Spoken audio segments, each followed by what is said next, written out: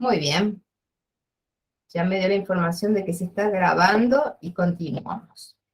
Bueno, en el último encuentro vimos cómo se realizaba una radiografía de cráneo de frente, todas las posibilidades que teníamos en diferentes posiciones del paciente y en diferentes situaciones del paciente. Hoy vamos a comenzar a ver cómo hacemos a su par radiográfico, que se llama, que sería el perfil. Recuerden que ninguna radiografía, sobre todo estas que una vista complementa a la otra, no pueden ser únicas, siempre se trabajan como par radiográfico. Bien, en el caso de cuando tengamos que hacer el cráneo de perfil, entonces las posibilidades que tenemos también son al igual que en el frente, haciendo que el paciente esté de cúbito, haciendo que el paciente esté sentado o el paciente esté de pie. Cualquiera de las opciones es válida, siempre y cuando la cabeza se acomode de la misma forma. En el caso, como están viendo en la imagen, de que el paciente está acostado, en este caso es de cúbito ventral, vamos a hacer, ¿y por qué lo acostamos de cúbito ventral? Porque nos da una mejor posibilidad de que la cabeza se apoye completamente sobre la mesa de yacimiento. Si lo queremos hacer en decúbito dorsal es casi imposible porque no tenemos el giro de 180 grados como para poder hacer y después la cabeza nos queda como colgando. Así que la posibilidad es esta, hacerlo de cúbito ventral y para poder lograr que realmente pueda apoyar toda la cabeza, todo el lateral de la cabeza, vamos a tener que hacer una pequeña maniobra con todo el cuerpo del paciente. ¿Por qué?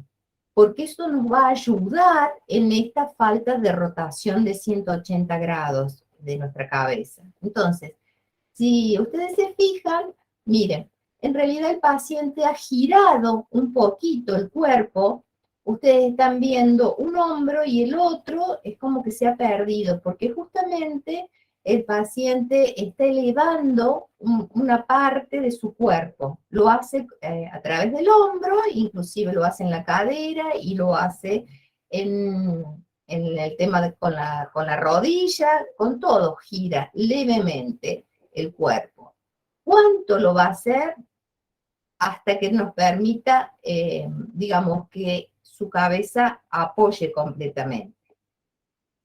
La teoría dice que todo el sector lateral del lado que se está apoyando o del que se quiere apoyar la cabeza debe estar en contacto con el cuerpo. Y el lado contralateral levemente elevado. En este caso se está apoyando el lado derecho del paciente y se está elevando el cuerpo del lado izquierdo para posibilitar la mejor acomodación del paciente. ¿Qué hacemos con esto?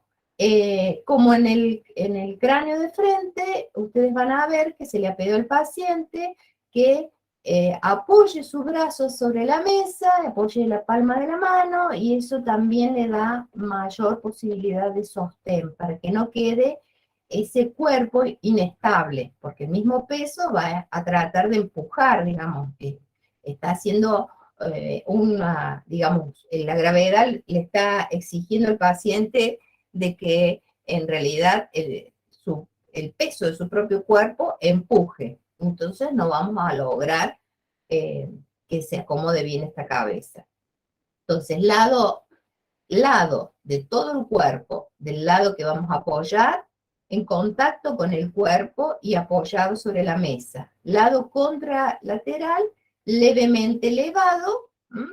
¿Para qué? Para permitir el giro de la cabeza. La cabeza, dice la teoría, que el plano medio sagital debe quedar paralelo al plano de apoyo en este caso, como cualquier posición con vista de perfil. Y en realidad aquí solo se trabaja el plano biauricular. Este plano biauricular dice la teoría que debe quedar perpendicular y coincidente con la línea media de la mesa. Vieron que no trabajamos el meator orbitario en este caso. Ahora solo medio sagital paralelo y vía auricular, digamos que es el plano medial coronal que tenemos, perpendicular y coincidente con la línea media de la mesa. Eso dice la teoría. ¿Cómo lo logramos en la práctica? Bueno, lo que vamos a tener que hacer para lograr que realmente quede este plano medio sagital paralelo, ponernos enfrente del paciente, mirarle la cara, quizás inclusive se tengan que agachar para poder enfrentar con su cara la cara del paciente. ¿Y qué dice la teoría? Que debe haber la misma equidistancia entre la glabela y el plano de apoyo, el acantion y el plano de apoyo, y la sínfisis mentoniana y el plano de apoyo. Esa línea, ese plano mediosagital, una vez que tengamos que coincidan las equidistancias de estos puntos, entonces podemos decir que realmente ha quedado paralelo al plano de apoyo. ¿Sí? Una vez que se logró hacer eso, también, y en este caso es conveniente, a pesar de que es un perfil, debemos colocar la marca que identifique la derecha. Y ustedes me van a decir, ¿cuál es la derecha en este caso de la cabeza? No existe una derecha o una izquierda de cabeza, porque no lo estamos viendo de frente, lo vamos a ver de perfil. Pero por la forma de ubicación del cuerpo, sí podemos comprobar dónde está la derecha de ese cuerpo y dónde está la izquierda. Entonces, también vamos a colocar una marca sobre el sector del chasis de vértice superior o inferior del lado derecho, y ya después les voy a decir por qué es importante eso. Una vez que hemos colocado eso, lo próximo que tenemos que hacer es centrar el rayo. El rayo central dice que va a ingresar en forma perpendicular a la cabeza del paciente 2 o 3 centímetros o 4, depende del tamaño de la cabeza, por encima del meato auditivo externo sobre ese plano biauricular. Este sería el punto que está indicando la flecha, el punto medial de esa cabeza. Allí incide nuestro rayo central y a partir de eso, entonces, lo próximo que se hace es centrar el chasis, para que no se nos corte absolutamente nada. El chasis que utilizamos, al igual que en el cráneo de frente, es un 24 por 30.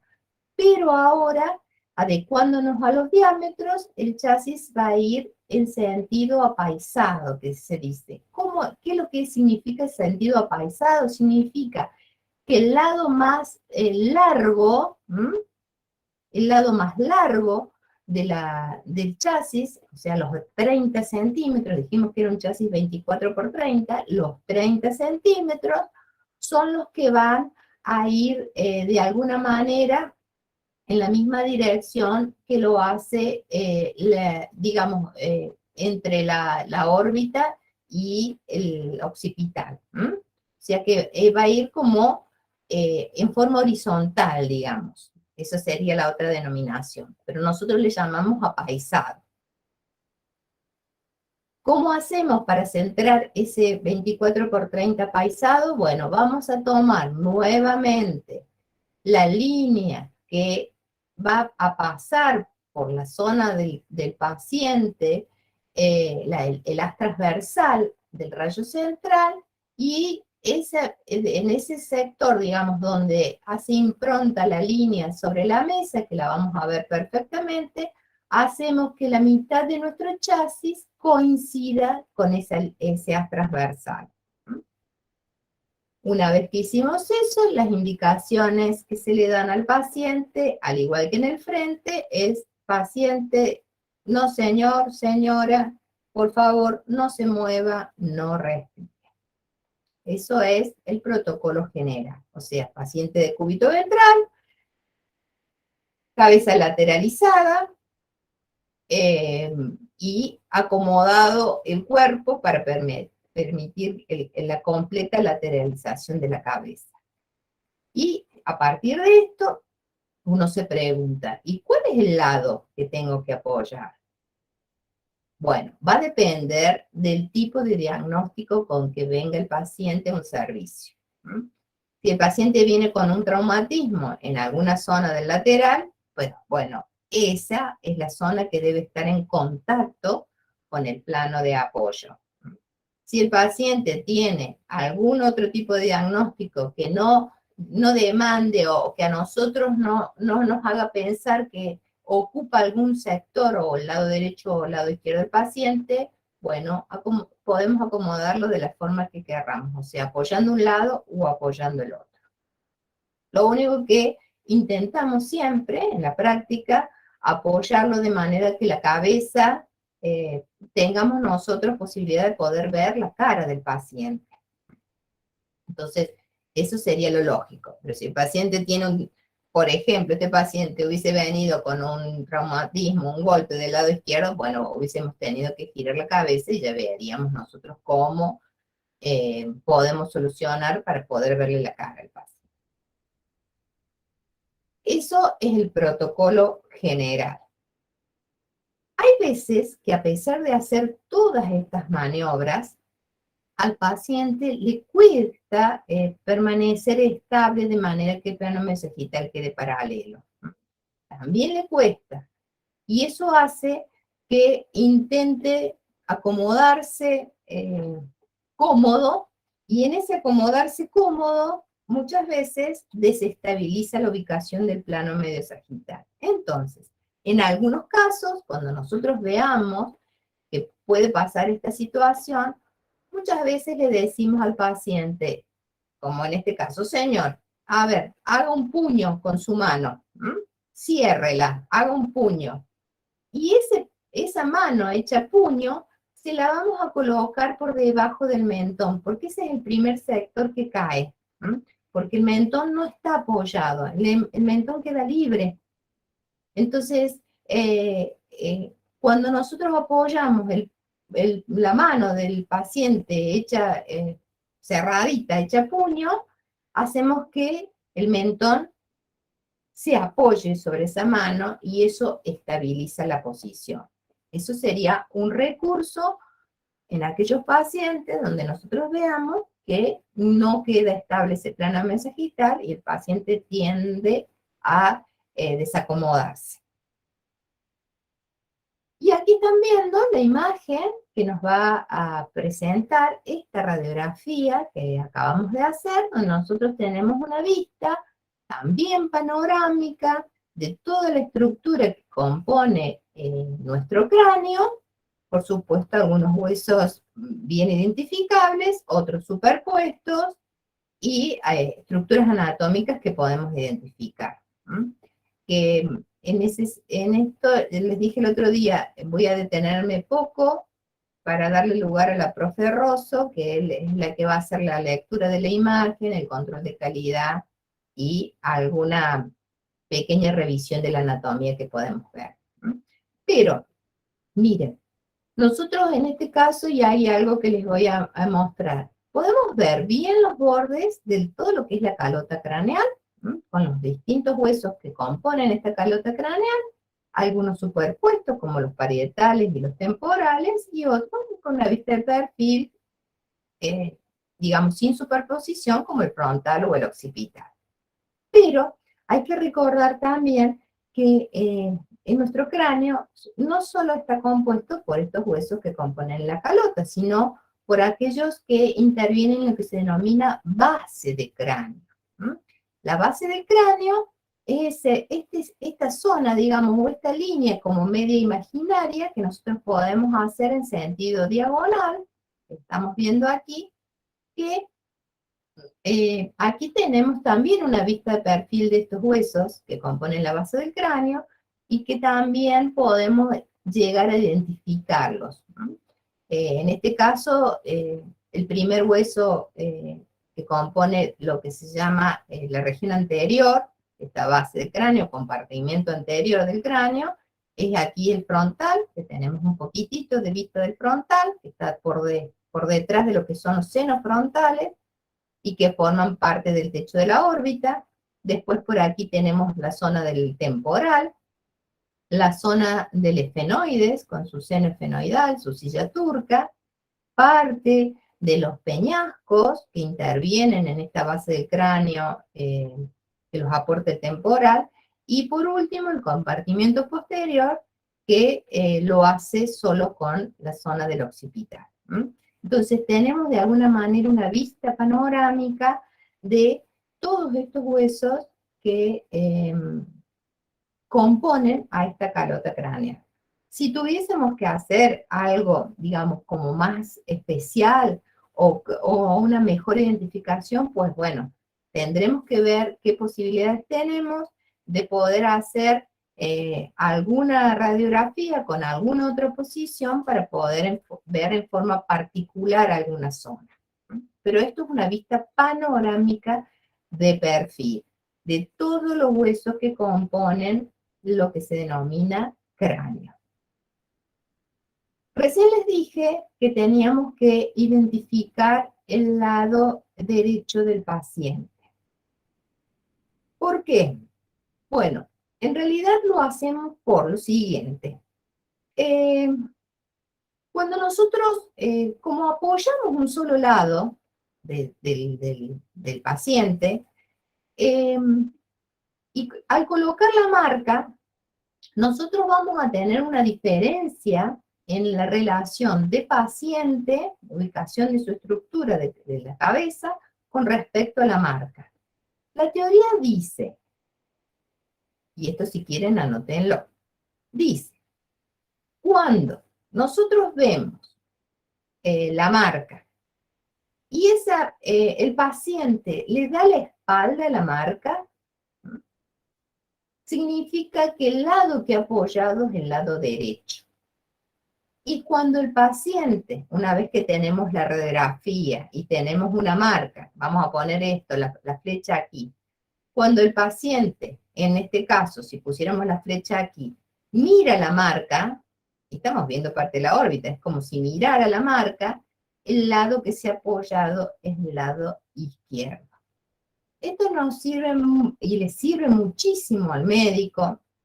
¿Por qué? Porque a partir de eso puede hacer lo que se llama una revisión histórica de la causa por la cual el paciente fue a un servicio de diagnóstico.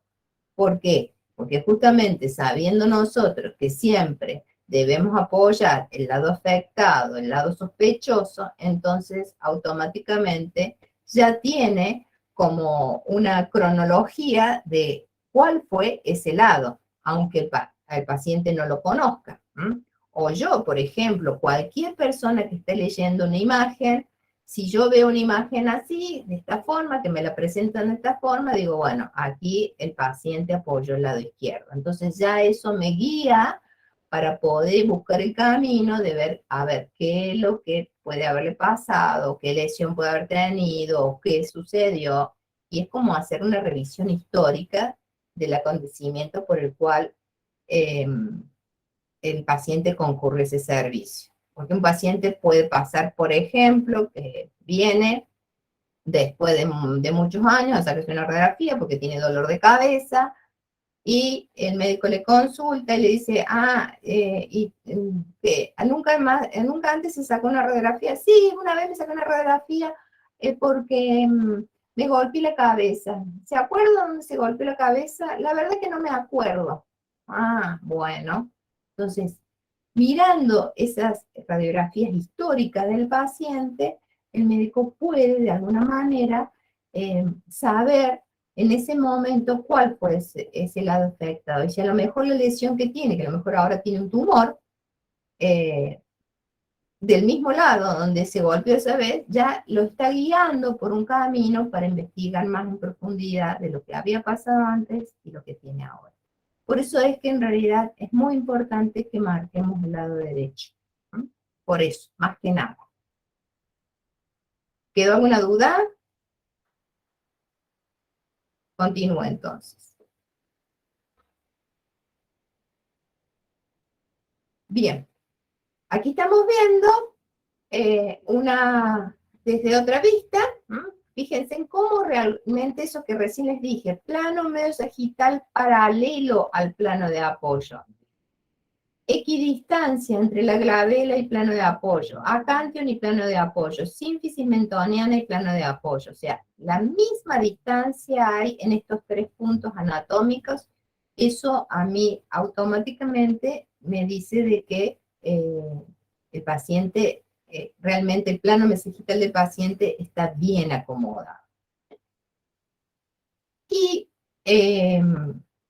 aquí estamos viendo una imagen que en realidad corresponde no a la radiografía de la persona que estamos viendo, porque es un adulto.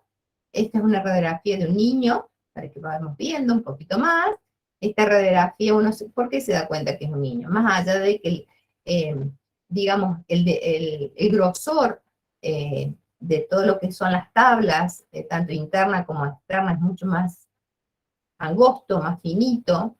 Si nos fijamos en la cavidad bucal, nos encontramos que hay como dientes de tiburón, o sea, que tiene los dientes de leche y por debajo están todos colocados los permanentes. Entonces esto me está indicando claramente que es un niño que no ha terminado todavía de cambiar su dentición.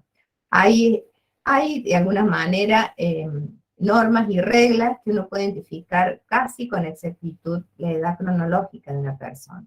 Pero eso no lo vamos a ver por ahora.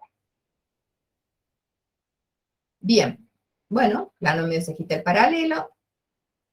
Estamos teniendo otras vistas desde otras perspectivas de ver esa cabeza, para que ustedes más o menos se den cuenta. Aquí, por aquí el plano vía auricular, de alguna manera va a hacer que coincida con la línea media de la mesa. Aquí lo estamos viendo desde otra vista.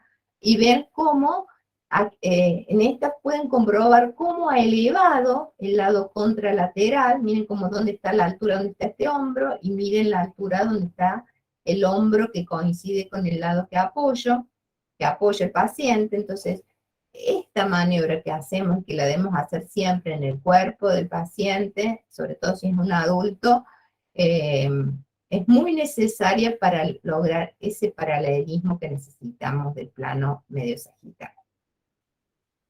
Desde otra perspectiva y en otra posición corporal, para que ustedes vean que se puede hacer tranquilamente con el paciente, como recién les dije al principio, en decúbito de pie o sentado. Así que todas las formas y las posibilidades las tenemos, siempre y cuando la cabeza se acomode de la misma forma, podemos lograr la misma calidad radiográfica.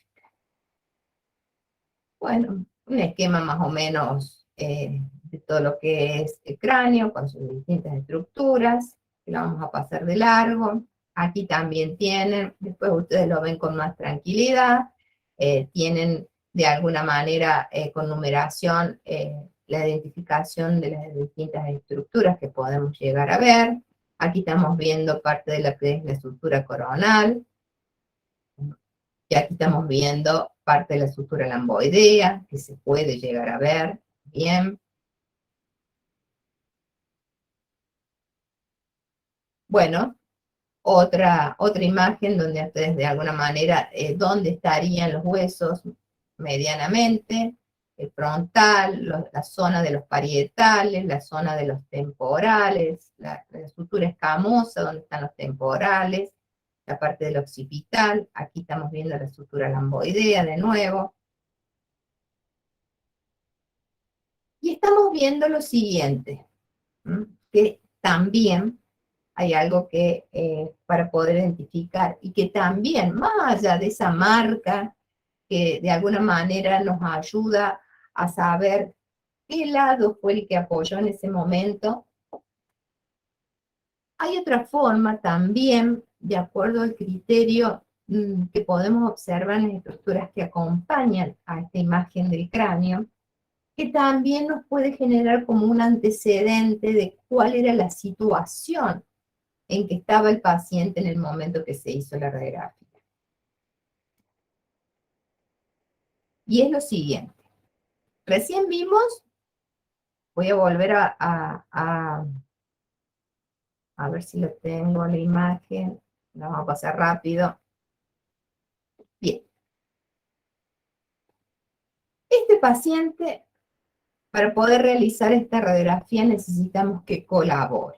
El hecho de colaborar es decir, bueno, tiene que mantener la posición, tiene que girar la cabeza, tiene que estar atento. Este es un paciente que puede movilizarse. ¿Mm? ¿Y qué hacemos? Hacemos que la cabeza rote. Ahora, esta cabeza en realidad está rotando, pero ¿a través de qué? A través de la columna, de la columna cervical, es lo que permite de alguna manera esta rotación que necesitamos. Cuando hacemos de esta forma la radiografía, nos vamos a encontrar que si bien la zona de la cabeza se ve de perfil, tiene la vista de perfil, cuando nosotros entramos a buscar cómo está la vista de las vértebras cervicales, en el caso de que el paciente haya rotado la cabeza, empezamos a ver esto, los agujeros de conjunción. Esto de ver los agujeros de conjunción nos está diciendo que en realidad la columna cervical se está viendo con vista oblicua y no de perfil, con vista oblicua. Pero también tenemos este otro tipo de pacientes donde el paciente no está en condiciones de poder girar la cabeza. Inclusive, si ustedes se fijan aquí, ni siquiera está apoyado en la mesa de yacimiento. El paciente está en una camilla, seguramente tiene una tabla por debajo de él, tiene un collar estabilizador aquí. O sea que es un paciente que de alguna manera ha tenido algún accidente o algún traumatismo grave, por lo cual, para priorizar en males mayores, entonces no se trata de movilizar para nada. ¿Y qué tenemos que hacer? Obtener una radiografía que se vea el cráneo con vista de perfil. Y no podemos girar la cabeza, porque podemos causar más daño de lo que tiene el paciente. ¿Qué hacemos? ¿Cómo lo logramos? De la forma que ustedes están viendo aquí. La teoría dice que el paciente debe estar en decúbito dorsal, en este caso, apoyando la zona del occipital sobre el apoyo, en este caso es una camilla. ¿Y qué tenemos que hacer? Tenemos que hacer de que el plano medio sagital va a quedar ahora paralelo, pero no al plano donde está todo el cuerpo del paciente, sino al plano que está conformando nuestro chasis. Si se fijan, aquí el chasis es como si lo hubiésemos parado, el chasis está en posición vertical, apoyado en uno de los laterales del paciente, y tenemos que tratar de que este plano medio sagital quede paralelo al plano de nuestro chasis. Entonces no necesitamos movilizar nada. Nuestro chasis se moviliza para lograr, digamos, acomodarnos para que se pueda ver una vista de perfil de ese cráneo. ¿Qué más dice la teoría? Dice que nosotros debemos colocar inmediatamente por debajo del paciente, o sea que movilizamos, levantamos la cabeza del paciente no más de 2 o 3 centímetros. ¿Para qué? Para colocar por debajo de la cabeza del paciente un soporte que eleve levemente la cabeza para que luego el chasis quede, el borde donde está, digamos, colocado el chasis, quede en una posición un poquito más inferior que el borde posterior de la cabeza. O sea que nuestra cabeza tiene que estar medianamente 2 o 3 centímetros elevada para lograr eso. ¿Por qué tenemos que hacer esto? Porque, bueno, nosotros ya sabemos que no hay mucho tejido de partes blandas en en nuestra cabeza a partir de la calota craneal.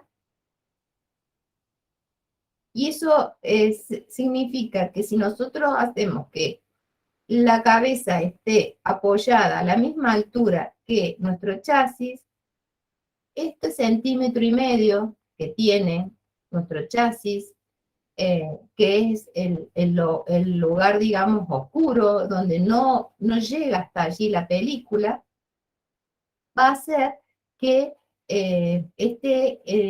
digamos, que se nos corte la cabeza, que se nos corte la región posterior del cráneo, la zona del occipital.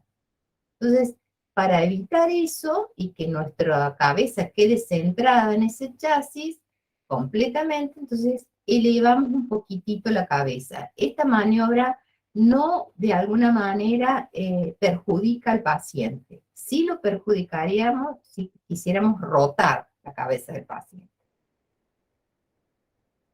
¿Y qué otro cambio tenemos que hacer con esto? Bueno, nuestro rayo central va a ir perpendicular, pero ya no en forma vertical, sino en forma horizontal. ¿Hasta dónde? ¿Dónde lo vamos a hacer que incida? Y al igual que el anterior, 2, 3 o 4 centímetros por encima del meato auditivo externo, en ese punto vamos a hacer que incida el rayo central. Y con esto, de alguna manera, también, una vez que hacemos estas maniobras pertinentes, logramos tener una vista de perfil de esa cabeza. También, en este caso, es importante colocar la marca. Ahora sí, nuestra cabeza va a estar apoyada en un lateral del chasis, pero también nosotros podemos identificar cuál es el lado derecho y cuál es el izquierdo. Pero, como no hay, digamos, nuestro chasis no coincide con ese lado derecho y lado izquierdo, ¿qué hacemos? Generamos la ubicación de la marca como dice la regla. La regla decía que si el paciente apoya el lado izquierdo, el paciente mira a la marca. En este caso, el paciente está apoyando su lado izquierdo, entonces nosotros vamos a decidir dónde vamos a poner la marca, para que la mire o para que le dé la espalda. Como en este caso es el lado izquierdo, vamos a colocar en cualquiera de los vértices de este chasis, que también es un 24×30, vamos a colocar esa identificación que después, cuando se mire la radiografía, vamos a ver una radiografía de perfil del cráneo mirando, se supone, a la marca. Esto, cráneo en emergencia se llama. Cráneo en aquellos casos donde no se permita o no tenga el paciente posibilidad de rotar la cabeza. Pacientes politraumatizados, pacientes graves, muchas veces estos pacientes llegan inconscientes. Así que nosotros tenemos que trabajar, fíjense cómo este radiólogo se está irradiando sus manitos, está sosteniendo, fijando su mano en el mentón para estabilizar el plano mesosagital y también sujetando el chasis para que no se caiga. Así que en estos casos muchas veces, a pesar de que intentamos que no, pero bueno, nos tenemos que irradiar. ¿Y qué pasa en este caso? Esta radiografía que estamos viendo y que se denomina lateral supino, porque está el paciente en decúbito supino, boca arriba. Si bien es una radiografía que en aquellos grandes traumatismos, aunque no se vea una lesión en la estructura ósea propiamente dicho, que no siempre son tan fáciles de ver las fracturas, tienen que ser fracturas muy abiertas para que se pueda ver, y en aquellos pacientes donde han tenido traumatismos gravísimos, que no solamente se sospecha de la lesión a nivel de la calota, de la carcasa, sino que el traumatismo ha sido tan importante que ha invadido en el interior que ha llegado hasta los huesos que componen la base del cráneo. O sea, estamos en lo más profundo de nuestra cabeza. Esta posibilidad con esta técnica nos permite de alguna manera poder demostrar una lesión gravísima. Y no es a través de lo que las deformaciones que veamos óseas, o no, no vamos a ver una fractura en la base del cráneo, pero la vamos a sospechar. ¿Por qué? Porque en el caso de ver el seno esfenoidal, como lo estamos viendo aquí, aquí tienen la imagen de cómo se hizo la radiografía, cómo está la zona del seno esfenoidal y cómo se la vería, digamos, a ese seno esfenoidal. Resulta que el seno esfenoidal es una cavidad neumática, ¿no?, que teóricamente no contiene ninguna otra, digamos, no contiene nada salvo aire. Aire nomás tiene que tener. Cuando existen estas famosas fracturas en la base del cráneo, sabemos que todo lo que se rompe sangra. Entonces, cuando nosotros vemos, como lo estamos viendo aquí, en esta punta de flecha, esto que se denomina nivel hidroaéreo, y lo estamos viendo dentro del seno, quiere decir que hay algo que se rompió y hay un sangrado interno. Y ese sangrado, como está todo a presión adentro de nuestra cabeza, está encontrando un lugar donde ubicarse. ¿Dónde? En aquel lugar donde hay un espacio. Y en este caso, el espacio es este seno esfenoidal, que allí se está metiendo la sangre. Y nos da esta imagen que se denomina nivel hidroaéreo dentro del seno esfenoidal, ¿no? Y que, como, digamos, como resultado, ya sabemos que hay una fractura grave, con un traumatismo muy grave. No es lo mismo que se rompa la calota craneal a que se rompan los huesos de la base del cráneo, y el pronóstico del paciente ya es mucho más complicado.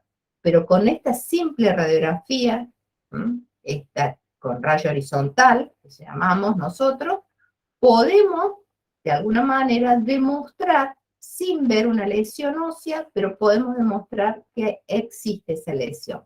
¿Por qué? Porque el seno esfenoidal está ocupado.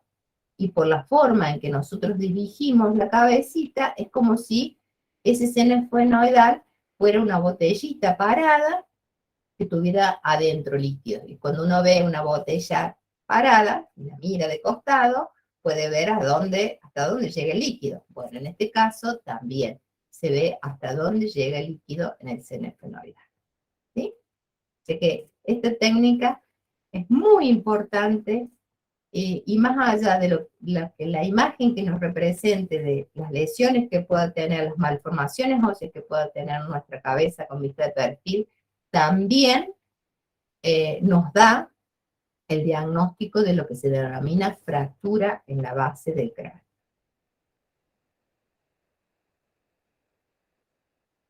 Bien, tenemos otras técnicas, y voy a avanzar.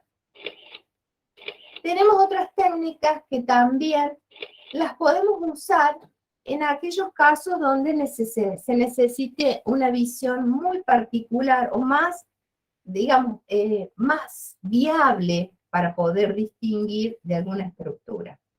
Recién vimos cráneo de frente, cráneo de perfil, y vimos también cómo lo hacíamos con el paciente que se movilizaba, con el paciente que no se movilizaba. Pero ¿cuál es la utilidad de este cráneo? Dar una vista panorámica. No hay una vista particular de algo en especial. Y nuestra cabeza, dentro del esfenoides, está la silla turca. La silla turca es la que aloja la hipófisis. La hipófisis es la glándula madre que comanda toda la endocrinología de nuestro cuerpo. Y muchas veces puede allí haber lesiones en esa hipófisis. Cuando el médico sospecha que puede haber algún tumor, una malformación, algo en la hipófisis, automáticamente sabe que su contenedor, que es la silla turca, también va a tener malformaciones. Puede ensancharse, puede achicarse, puede agrandarse. cualquier cosa le puede pasar a nuestra silla turca, producto de, digamos, de la relación directa con la glándula hipófisis. Entonces, tenemos técnicas especiales que nosotros las llamamos silla turca de frente y silla turca de perfil. O sea que son técnicas particulares para esa silla turca. ¿Mm? En la silla turca de frente dice cráneo de frente, PA, proyección posterior-anterior, así que ya más o menos sabemos cómo vamos a acomodar al paciente, pero la diferencia importante, y para que dejar de que sea un cráneo de frente, es la dirección que le vamos a dar el rayo central.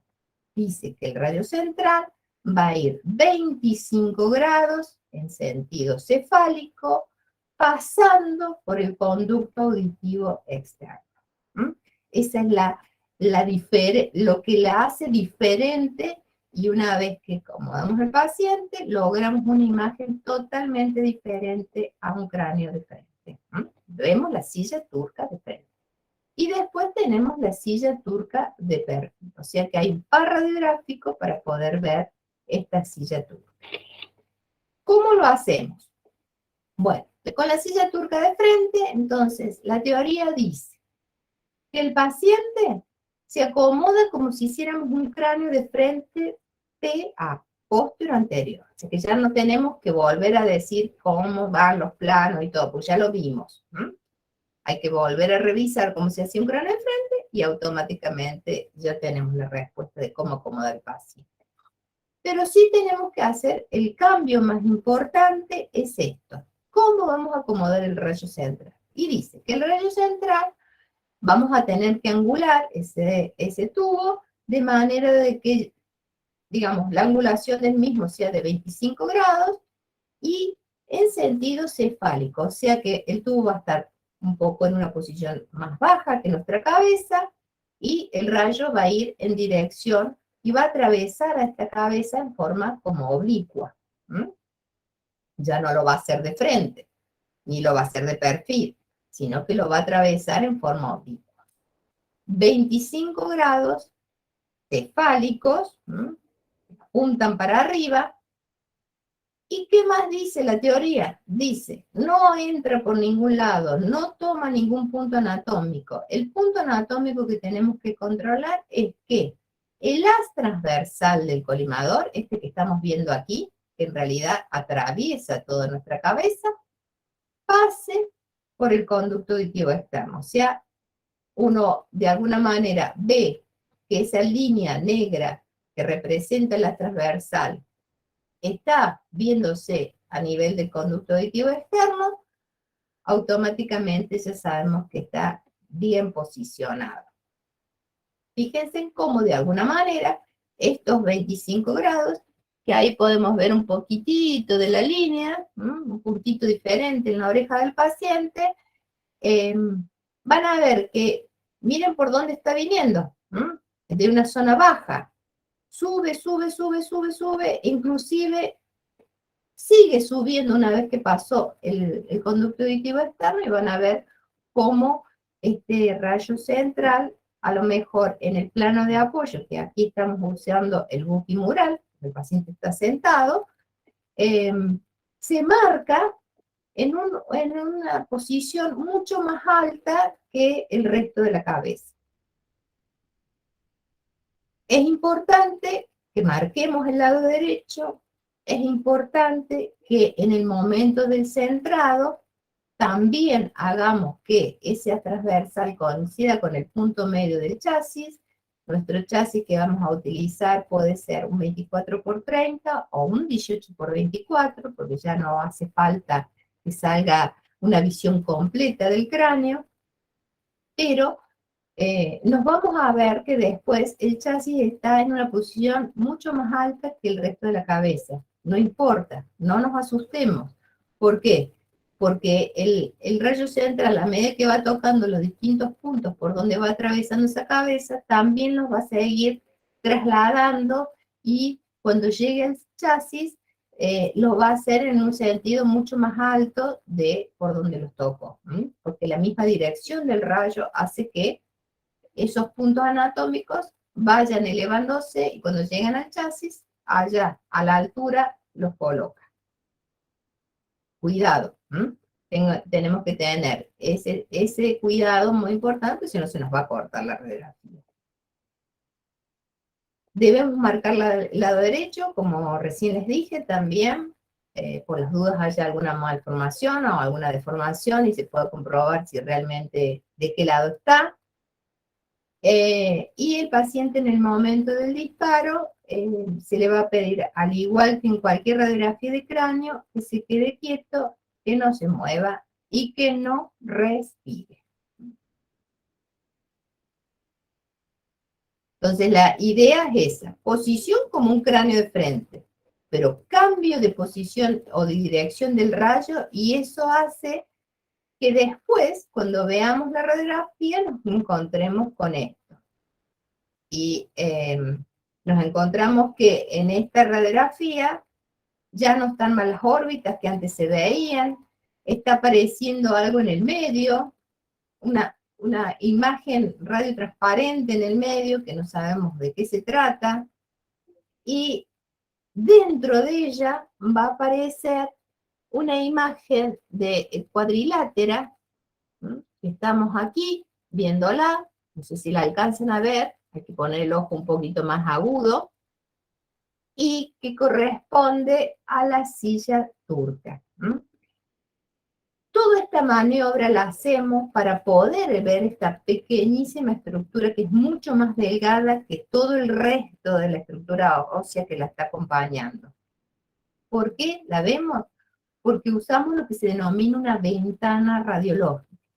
Yo les dije que las ventanas radiológicas son aquellas zonas donde de alguna manera a través de ellas nosotros podemos ver algo, ¿no? O sea, no captan tanta radiación y es como si fuese algo translúcido, ¿no? Como si viéramos por la ventana de nuestra casa, o sea, el vidrio nos deja ver a través de él lo que hay del otro lado. Si nosotros ese vidrio lo tapamos, no vemos nada. Bueno, en este caso, esta ventana radiológica, que es una ventana ósea, es el agujero occipital. O sea que nuestro rayo, por su dirección, lo primero que va a hacer va a pasar por este agujero occipital, va a seguir, va a tocar a la silla turca, y una vez que llegue a la silla turca, va a ser como que la silla turca se encuentre a la misma altura que el agujero occipital. Por eso es que esto que están viendo aquí es lo que se llama el borde posterior del agujero occipital, y adentro de él nos debemos encontrar esta imagen cuadrilátera que tiene forma de silla romana, que es la silla turca. No es realmente una visión de frente, le llamamos silla turca de frente, pero nosotros estamos viendo parte del sector de la silla turca, lo que se denomina el yugum del seno esfenoidal. Entonces el rayo de alguna manera, o al médico, le permite a través de esta forma de direccionar el rayo poder ver cuál es el ancho de la silla turca. Le puede tomar el ancho a la silla turca. Y para ver si hay alguna deformación, si está más ancha o no, porque digamos todas nuestras estructuras tienen una relación anatómica más o menos estable. Entonces, si ven que es más grande o más ancha en este caso, sabe que hay algo le está pasando. ¿Y por qué digo que es el agujero occipital, el borde posterior? Porque también aquí aparece algo que de alguna manera me lo está demostrando. No solamente tengo el borde del agujero occipital, sino que si ustedes se fijan aquí, hay como dos imágenes o dos cuadrantes bien diferenciados. Es como si se estuviera formando como una cruz aquí, más densa, más radiodensa. Bueno, esto son las fosas cerebelosas. Esto es la fosa cerebelosa. Entonces, automáticamente yo ya sé que estoy con una imagen del occipital, de la zona más baja del occipital, y esto que estoy viendo en forma medial es el agujero occipital, ¿no?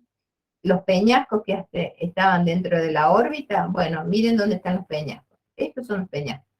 Todo esto son peñascos, de un lado y del otro, ¿no? O sea que la órbita desapareció, aparecen los peñascos con otra vista, pero lo central y lo particular es que la silla turca la encuentro, digamos, mirándola a través de lo que es el agujero occipital. Y puedo ver la imagen que corresponde, digamos, a esta silla turca, que se le llama con vista de frente.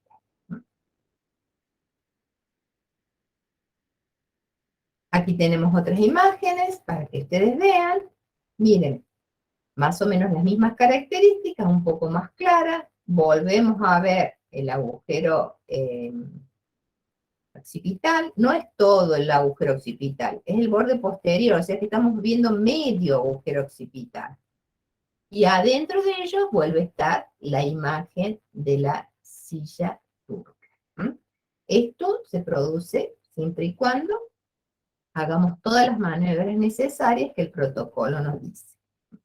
Cráneo en posición de frente, rayo central 25 grados en sentido cefálico, pasando por el conducto auditivo externo. Si hacemos todo así, nos va a salir la imagen de la presencia de la silla turca a través de lo que es el agujero occipital. Esta imagen que tienen aquí es otra también que se puede llegar a hacer, pero que no toma como ventana radiológica al agujero occipital. Ahí la están viendo parte de la silla turca, pero en este caso es otra técnica que nosotros realmente no la hacemos, no se hace en la Argentina, pero que también sirve. Sirve mucho mejor y tiene visión más clara esta. Pero para que vean que hay otras posibilidades, se las traje para que ustedes vean. Y miren dónde quedó el agujero occipital. Aquí abajo está el agujero occipital, o sea que se toma con otra dirección del rayo. Y aquí están viendo fosas cerebelosas y fosas cerebrales. O sea que estamos en plena visión, casi de frente del occipital. ¿Y cómo hacemos la silla turca de perfil? Bueno, ¿qué dice la teoría? Posición del paciente como un cráneo lateral. Directamente, como un cráneo lateral. Pero ¿cómo el cráneo lateral? Como hacemos, digamos, el protocolo que hacemos con el paciente que se pueda movilizar, ¿sí? Sea el paciente acostado, sentado, de pie, pero rotando la cabeza. Ustedes me dirán, ¿y no existe que pueda una silla turca de perfil en un politrauma? Quizás va a ser, digamos, lo más superficial, lo menos complejo. Ese paciente en el politrauma va a tener lesiones mucho más graves que para poder ver la silla turca. ¿Quién nos solicita estas técnicas? Normalmente el endocrinólogo, el que se encarga, digamos, de estudiar la parte endocrinológica, ¿no? O algunos también pueden ser traumatólogos, pueden ser los neurólogos. Recién les dije, la hipófisis puede tener hasta tumores. Entonces, cualquiera de esas especialidades nos la va a pedir esta silla turca de perfil. ¿Cómo? Profe, en la imagen anterior, en la diapositiva anterior, tengo una duda que vi algo ahí. Sí. Ahí en la primera imagen que se ven ahí unas rayitas, ¿qué es eso? ¿La de la izquierda? No, acá la de la derecha. Eso sí, ¿qué es? ¿Cuál es la? Ahí está la izquierda. Sí. Ah, bueno. ¿Esto? Sí, eso. Son suturas metálicas. Ah, bien, bien. Tenía esa duda. Gracias. Seguramente lo para. Claro. Bien. ¿Vieron que, se acuerdan que les dije al principio? Ojo, paciente se debe quitar todo.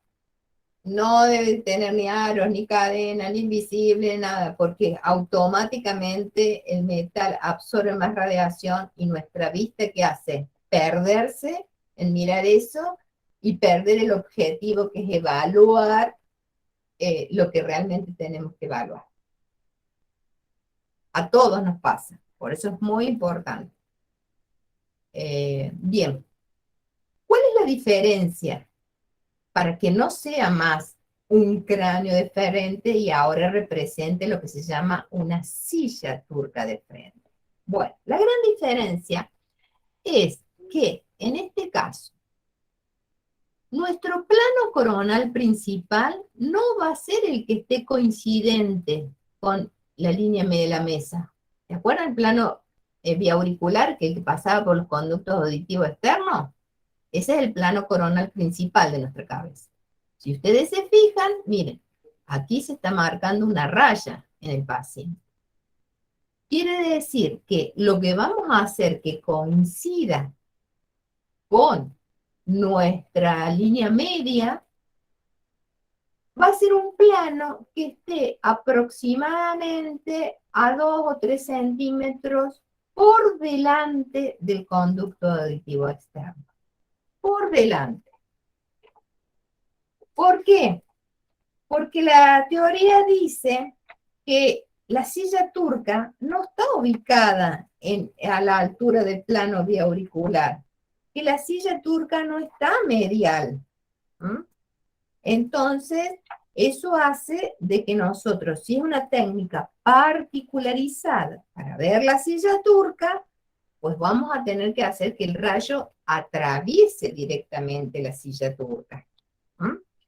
¿Dónde sabemos que está dentro de esta cabeza la silla turca? La teoría dice que 2 centímetros por encima y 2 centímetros por delante del conducto auditivo externo, ahí aproximadamente se ubica la silla turca. Entonces, por lo tanto, esos 2 centímetros por encima y esos 2 centímetros por delante es donde vamos a hacer que incida nuestro rayo central. Y eso, el punto donde está incidiendo nuestro rayo central, es lo que tiene que coincidir con la línea media de la mesa. Así que esa es la gran diferencia, por lo que después, en la imagen que vamos a obtener, vamos a encontrarnos que ese cráneo, la silla turca, está ubicada en el medio de la película radiográfica y no hacia adelante, como la veníamos viendo o como se ve, digamos, en un cráneo lateral convencional.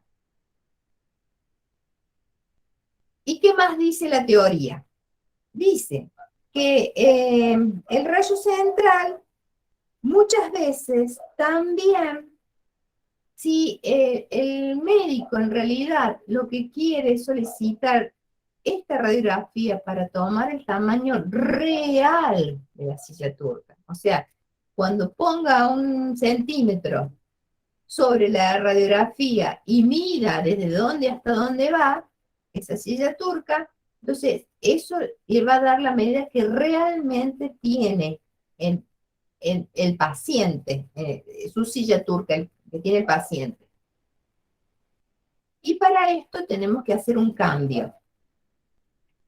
La distancia que utilizamos normalmente del rayo hacia la película radiográfica es de 1 metro. El 99,9% de nuestra radiografía lo hacemos siempre a 1 metro. ¿Y por qué se elige esa distancia? Porque, bueno, de alguna manera eso nos permite que no se disperse tanto la radiación, entonces que al paciente no tenemos que sobreirradiarlo, nos permite que nos dé una imagen más o menos real, pero sabemos que esa imagen que vamos a obtener, si nosotros midiéramos directamente sobre la radiografía, tiene, digamos, un 20% de aumento del tamaño real de lo que posee el paciente.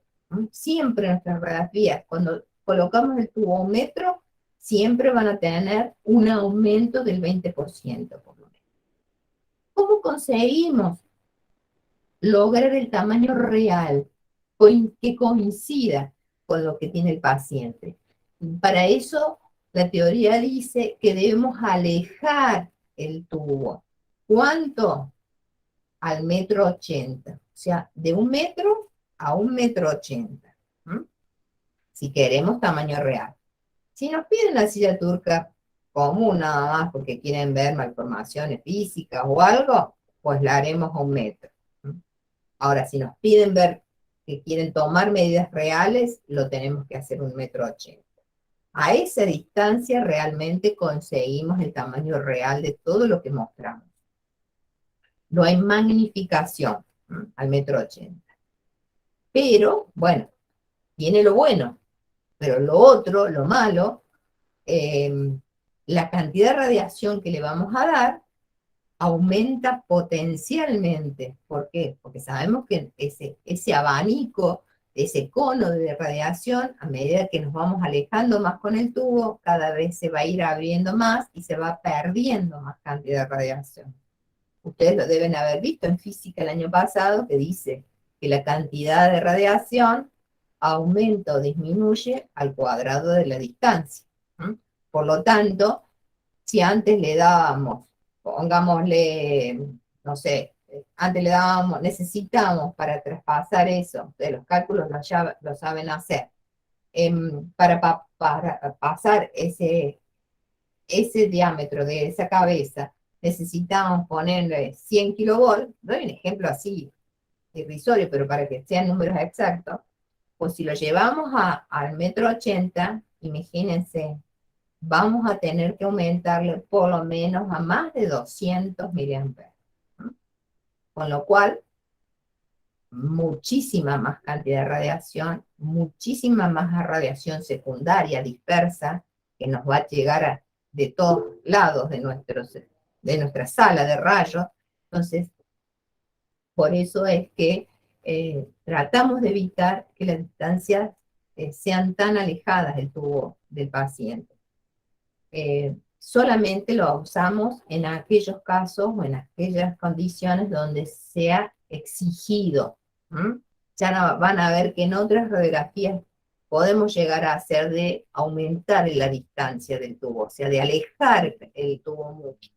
Pero es sobre todo en aquellos casos cuando se quiera que en nuestra radiografía se le ponga 1 centímetro sobre ese hueso y si dice 7 es porque tiene 7.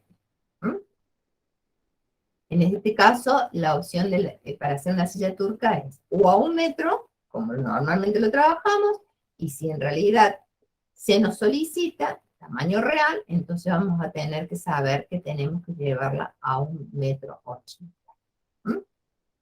Todo el resto es el igual que un radio de un cráneo de perfil. La excepción es esa.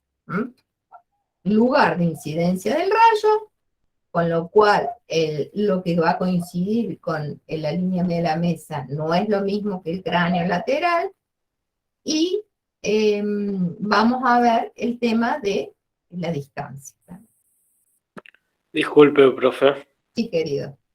¿Los apoyos del paciente siguen siendo los mismos? Sí, deberían ser los mismos. Acá el paciente no se le ha pedido que este pacientito ponga su mano aquí, con lo cual hubiese sido mucho más conveniente para estabilizar. Bien, gracias. En este caso no tenemos tanto problema cuando trabajamos con el buque mural. ¿Por qué? Porque nos da la posibilidad de que al no estar apoyado todo el cuerpo del paciente, si ustedes se fijan, miren cómo el borde del buque ha quedado por encima del hombro. Entonces eso nos permite que gire el cuerpo mejor, y por lo tanto no tiene tanta fuerza física que lo esté pechando, porque la gravedad a él no lo está haciendo que se vaya hacia abajo, hacia, digamos, la región anterior, hacia la parte ventral, sino que la gravedad lo está llevando hacia los pies. Entonces, eso significa que él va a poder estabilizarse mejor su posición del cuerpo para poder estabilizar la cabeza. Eso digamos, nos facilita el estar sentado de pie. que no lo hace en el decúbito. Y bueno, lo que vamos a obtener entonces, como recién les dije, no importa si se corta, ven que acá se ha cortado toda la calota. Lo más importante de todo es que aparezca en forma clara esta silla turca, que aparezca en el medio. Uno cuando mira una radiografía puede saber por dónde ha ido el rayo central. ¿Por qué? Porque simplemente dice que hay que trazar las diagonales, y en el punto de intersección de esas diagonales es donde ha ido el rayo central. Con lo cual también nos ayuda para saber de qué se trata una radiografía muchas veces. Lo importante es que se vea con vista de perfil, y ya la profe Rosso seguramente les va a decir cómo se debe ver esa silla turca. ¿Cuándo de alguna manera podemos pensar de que no están bien ubicados los planos? Aquí tenemos otras imágenes que corresponden a esa silla turca de perfil. Ven como que se ve parte de la zona aquí de la silla turca propiamente dicho, las clinoides posteriores, las anteriores, la zona de seno esfenoidal. Acá tenemos parte de los senos etmoidales, otras estructuras. Este es un paciente que ha tenido unas fracturas de cráneo. ¿Ven? Miren cómo se ven las fracturas de cráneo. Pero este paciente tiene no partido.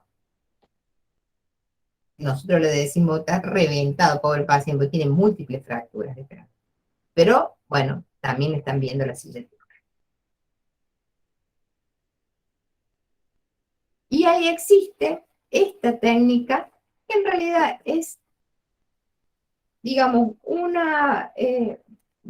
es como tiene en un primer momento lo mismo que hacíamos con la silla turca de perfil, pero se le hace un pequeño cambio. ¿Para qué? Para lograr mejor visión de lo que es la silla turca. En realidad, si se fijan, dice silla turca doble disparo. Eso automáticamente, ¿qué nos da a pensar? Que sobre esto se han hecho 2 disparos. Y es tanto que en este sector se han hecho 2 disparos que uno tiene una imagen mucho más clara en el lugar donde se han hecho los disparos, con más detalle óseo que en el resto. ¿Cuándo se hace esta silla turca a doble disparo? En aquellos casos que nos pida un cirujano estético. Porque los cirujanos estéticos, de alguna manera, ellos saben, trazan líneas y a distintos puntos anatómicos, y a partir de eso a ellos les da una relación de la armonía del perfil de una persona. Entonces, cuando se tienen que hacer cirugías estéticas, de reacomodar el mentón, la nariz, todo el resto, el cirujano estético nos pide eso, una silla turca de disparo. ¿Cómo se hace? Exactamente igual como la vimos anteriormente. O sea, todo. El paciente se ubica de la misma forma, el rayo incide sobre el mismo punto, todo igual. La única diferencia, y por eso se llama doble disparo, ¿por qué? Porque sin que se mueva el paciente, le vamos a hacer 2 disparos sobre esa cabeza. En uno de ellos, ¿qué vamos a hacer? Vamos a cerrar el diafragma colimador, como lo están viendo aquí. Se cierra de manera que ocupe un cuadrante de 4×4, no más que eso. Se hace un disparo, después, sin que se mueva el paciente, se abre el colimador a tamaño, digamos, de toda la zona, y se hace otro disparo. Por eso se llama doble disparo. Pero hay que tener en cuenta lo siguiente. Vamos a dar de la cantidad de radiación que necesitamos, que por ejemplo, voy a poner el ejemplo. Necesitamos 100 miliamperes, o sea, cantidad de radiación. ¿Qué hacemos? De esa cantidad total que dice la teoría que necesitamos para atravesar esta cabeza, y poder observarla, vamos a dar el 70%, aproximadamente entre el 60 y el 70%, se lo vamos a dar, o sea, entre 60 y 70 miliamperes de esos 100 general que necesitamos en un primer momento, 60 o 70 se lo vamos a dar cuando diafragmemos. Y el 30 o 40, depende la cuenta que hayamos hecho, cuando ampliemos el campo. ¿Por qué? Porque en realidad lo que se necesita es que se vea una visión de estructura ósea de la mejor calidad posible a nivel de la silla turca, y lo que se ve en el resto, deje de verse tanto la estructura. Ambas radiografías no se han hecho con el 70-30, se han hecho 50 y 50.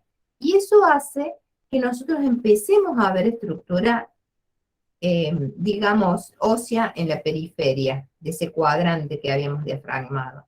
Porque, digamos, lo que en realidad tendríamos que ver en la periferia es el perfil de las partes blandas.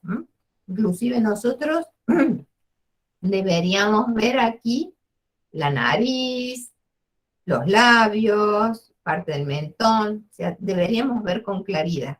Cuando nosotros vemos en esta silla turca doble disparo, vemos la silla turca, la estructura ósea completamente viable, distinguible, con claridad, y el resto aparece todo blanco, y se ven, inclusive, vuelvo a repetir, hasta el borde de la nariz y los labios, decimos que está en perfecta calidad radiográfica. Únicamente, recuerden eso, doble disparo se hace en aquellos casos, o para la utilidad que les acabo de decir, de hacer de alguna manera reacomodación de las estructuras para que el perfil sea armónico. Profe, no me quedó claro. ¿Qué? El primer disparo se hace cerrando el colimador y el segundo disparo es cuando se abre. No, perdón. Se puede hacer cualquiera de las dos formas. O sea, usted en el primer disparo puede tener el campo totalmente abierto, o sea, que le dé a toda la cabeza. Pero si usted toma como opción ese primer disparo, que sea todo el campo, sabe que en ese disparo le tiene que dar el 30% de la cantidad de radiación. Y después el segundo disparo puede achicar el colimador, formar ese cuadrante de 4x4 y darle el 70% restante. O sea, el diafragmar o no puede ser en un primer disparo o en el segundo. Da lo mismo. O sea, recién les dije, primero achicamos y después ampliamos. También podría haber dicho, primero ampliamos y después achicamos. Pero lo más importante de todo es la cantidad de radiación que le demos de acuerdo al campo que vamos a irradiar. ¿Sí? Excelente, me quedó claro. ¿Ahora quedó más claro? Sí, muy claro. Bueno.